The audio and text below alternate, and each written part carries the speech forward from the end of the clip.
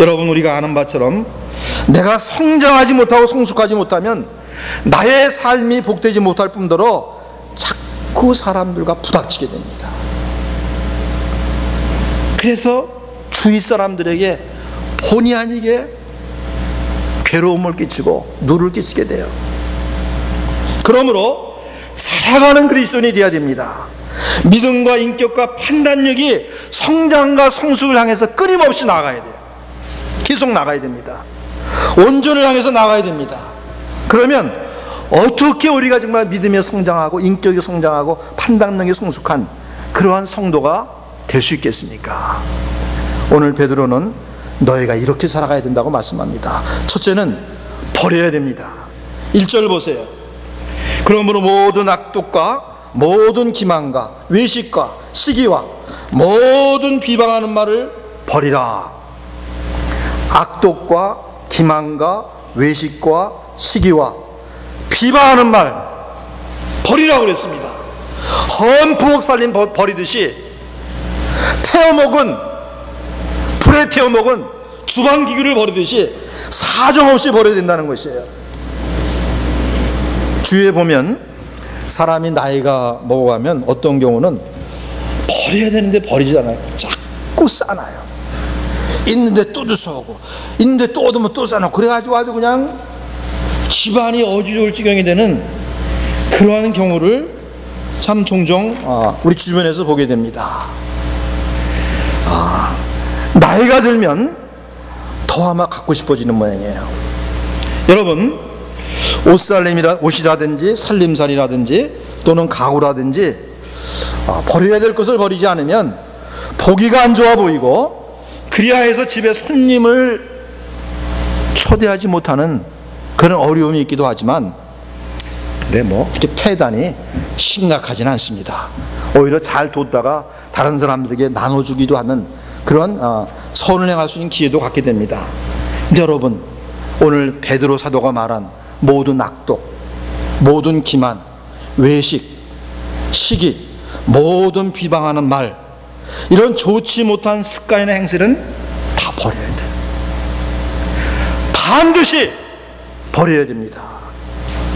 오늘 본문의 악독은 뿌리 깊게 자리 잡힌 격분으로 그것은 자기 자신과 다른 사람에게 해를 끼치게 됩니다. 기만, 이는 곧 말로 속이는 것을 뜻합니다. 외식은 복수로 표현되어 있는데 모든 위선적인 것들을 의미합니다. 시기는 다른 사람들이 잘 되는 것에 대해서 불쾌하게 여기는 겁니다. 비방하는 말, 이는 다른 사람을 반대 말하거나 헐뜯는 것을 의미합니다. 사랑하는 여러분, 혹시 나도 모르게 마음에 깊은 상처를 갖고 있지는 않습니까?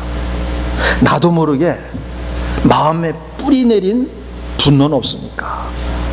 우리가 오래 시달리고 고생하다 보면 이런 것들이 마음에 자리 잡아요. 저도 목사지만 우리 이민교회 목사님들이 참 10년 20년 목회하다 보면 그냥 자기도 모르게 마음의 분노, 상처가 있는 그런 목사님들을 주변에서 얼마든지 볼 수가 있어요. 하다 보니까 본인도 자기도 모르게 다가오는 상처와 분노가 자리 잡아가지고 그렇게 참 어려움을 겪는 그런 동료 목회자들, 또 그런 사람들 많이 보게 돼요. 우리도 혹시 내가 이민상 가운데 나도 모르게 어떤 분이 쌓여있지 않는가, 상처받은 바가 없는가, 우리가 살펴봐야 됩니다. 버려야 됩니다. 해결해야 됩니다. 또 어떤 사실에 자기 해석을 덧붙여 과장하거나 사실과 다르게 말하는 습관 없는지. 우리가 대부분 많은 경우에 어떤 이야기를 들으면 거기에 판단을 내리기 때문에 사실 플러스 자기 판단이 돼가지고 그걸 다른 사람에게는 또 다르게 전달을 해요. 그게 우리 대부분 가지고 있는 약점입니다. 사실만을 전달하는 게 아니라 사실 플러스 자기 해석, 이런 경우를 우리가 많이 우리 자신들에게서 발견하게 되고 또 주변에서 많이 보게 됩니다. 또 우리가 말과 행동이 겉다르고 속다르진 않습니까? 위선적이진 않습니까? 외식입니다. 버려야 됩니다. 반드시 버려야 됩니다. 다른 사람이 더 인정받거나 앞서 나가는 것 같으면 우리가 마음이 불편하진 않습니까? 혹 시기심이 내 안에 있지 않은가를 살펴봐야 됩니다. 시기심은 뼈에 썩은 것 같다고 성경은 이같이 경고합니다. 마음의 화평은 육신의 생명이나 시기는 뼈의 썩음이니라. 그래서 뼈를 썩게 하는 것이 시기라고 그랬어요. 시기심은 버려야 됩니다. 반드시 버려야 됩니다. 남의 역점이나 허물을 자꾸 말하는 것, 그것이 사실일지라도 헐뜯는 말이 될 수가 있어요. 비방하는 말입니다. 버려야 됩니다. 반드시 버려야 됩니다. 민수기 12장 1절에 보니 그 위대한 하나님의 사람 모세가 굿수 여자를 아내로 취했습니다. 그때 그의 형 아론과 그의 누이 미리암이 모세를 비방했어요. 이렇게 기록해 놓았습니다. 모세가 굿수 여자를 취하였더니 그 굿수 여자를 취하였으므로 미리암과 아론이 모세를 비방하니라. 민수기 12장 1절 말씀입니다. 근데 하나님이 기뻐하시질 않았어요. 아론과 미리암을 책망하시며 징계하셨습니다.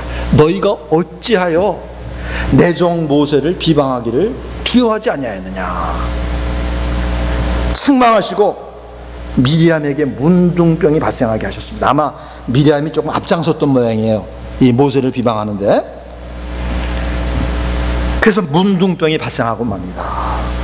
베드로 사도는 오늘 본문 서신에서, 특별히 베드로전서 4장 8절에서 그와 반대의 성향을 가지라고, 무엇보다도 열심으로 서로 사랑할지니 사랑은 허다한 죄를 덮느니라. 그렇게 사랑함으로 오히려 죄와 허물을 덮어주라고 그와 같이 권면하고 있습니다. 잠언서 17장 9절도 이같이 말합니다. 허물을 덮어주는 자는 사랑을 구하는 자요, 그것을 거듭 말하는 자는 친한 벗을 이간하는 자니라. 사랑하는 성도 여러분, 우리 대부분 모두에게 이런 잘못이 있습니다. 남의 약점이나 허물을 못 봐주고 못 참아주는 약점이 있어요.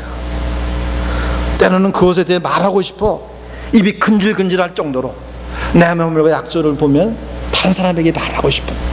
그런 약점이 대부분 다 갖고 있어요. 그래서 말이 순식간에 퍼지는 겁니다. 근데 그 말이 헐뜯는 말, 비방하는 말이 되기가 쉽습니다. 사실이고 옳은 말을 할지라도 그것이 비방의 말, 헐뜯는 말이 될 수가 있습니다. 그 피해가 적지 않습니다. 잠언서 말씀이 말하듯이 친한 벗 사이가 멀어집니다. 교회의 분위기를 해쳐서 성령의 역사와 감화를 약화시켜버립니다.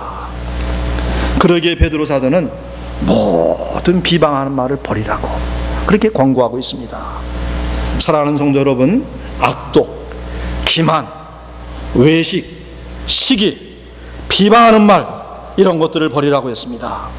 거듭난 중생한 성도의 마음속에 이러한 불의가 남아있다면 그것은 성장에 방해가 됩니다. 아니, 성장을 못하게 만들어버리고 말아요. 버리라는 말은 단변에 옷을 벌어버리듯이 벗어버리라, 그런 뜻입니다. 서서히가 아니라 일시이침을 받아 벗어버리는 것입니다.